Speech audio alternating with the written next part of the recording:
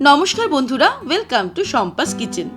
আজকে শেয়ার করব হোলি স্পেশাল ভাং সিদ্ধি রেসিপি। শিবরাত্রি ও দোল উৎসবে এই ভাং শরবত ভারতের অন্যতম ট্রেডিশনাল পানীয় বা শরবত। একে কিন্তু মহাদেবের প্রসাদ হিসেবেও বিবেচনা করা হয়। তাহলে চলুন দেখে নিই এই ভাং শরবত আমরা কি করে তৈরি করব। সবার প্রথমে একটা বোলের মধ্যে নিয়ে নেব হাফ কাপ পরিমাণে সিদ্ধি পাতা। এখানে আমি 25 গ্রাম সিদ্ধি পাতা নিয়েছি, যার দাম 15 টাকা। দশকর্মা ভান্ডারে কিন্তু এই সিদ্ধি পাতা পাওয়া যায়। এবার এটাকে আমি কিছুটা পরিমাণে জল দিয়ে ভিজিয়ে রাখবো প্রায় সারা রাত। যত বেশি সময় এটাকে ভিজিয়ে রাখবো পাতাটা ততটাই নরম হয়ে যাবে আর পেস্ট করতে সুবিধে হবে। অনেক জায়গাতেই এই সিদ্ধি পাতা দিয়ে তৈরি ভাঙের গুলি পাওয়া যায়, সেগুলো কিন্তু রেডিমেড কিনতে পাওয়া যায়।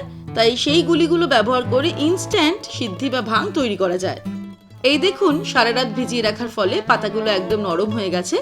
এবার এটাকে আমি মিক্সির জারের মধ্যে নিয়ে এটাকে ভালো মতো পেস্ট করে নেব।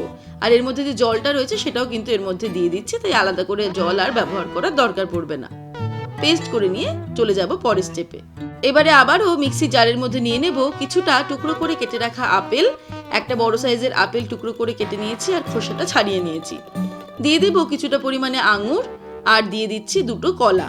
ফলের পরিমাণটা কিন্তু নিজেদের ইচ্ছে মতো বাড়িয়ে বা কমিয়ে নেওয়া যেতে পারে। এবারে এটাকে ঢাকনা দিয়ে একদম পেস্ট করে নেব। এবারে আমি নিয়ে নিয়েছি 1 লিটার পরিমাণে দুধ। দুধটাকে আমি আগে থেকে জাল দিয়ে ফ্রিজে রেখে ঠান্ডা করে নিয়েছি। এর মধ্যে দিয়ে দেব হাফ কাপ পরিমাণে চিনি। 100 গ্রাম চিনি দিলাম, তবে চিনির পরিমাণটা নিজেদের ইচ্ছে মতন বাড়িয়ে নেওয়া যেতে পারে। তৈরি করে রাখা আপেল, আঙুর আর কলার পেস্টটাও এর মধ্যে অ্যাড করে দেব। দিয়ে দিচ্ছি গোটা চারেক ক্ষীরের সন্দেশ। এক্ষেত্রে আপনারা খোয়া ক্ষীর অথবা কালাকাঁদ জাতীয় সন্দেশও ব্যবহার করতে পারেন। সন্দেশগুলোকে এইভাবে গুঁড়ো করে করে অ্যাড করে দেব ভেঙে ভেঙে।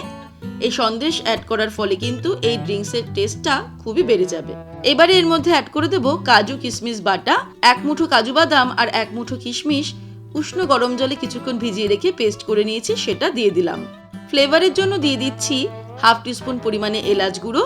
বাড়িতে এলাচ গুঁড়ো না থাকলে ছোট এলাচগুলোকে গুঁড়ো করেও এর মধ্যে অ্যাড করা যাবে। আর ফাইনালি এর মধ্যে অ্যাড করে দেব সিদ্ধি পাতা বাটা। আমি এখানে 2 টেবিলস্পুন অ্যাড করছি।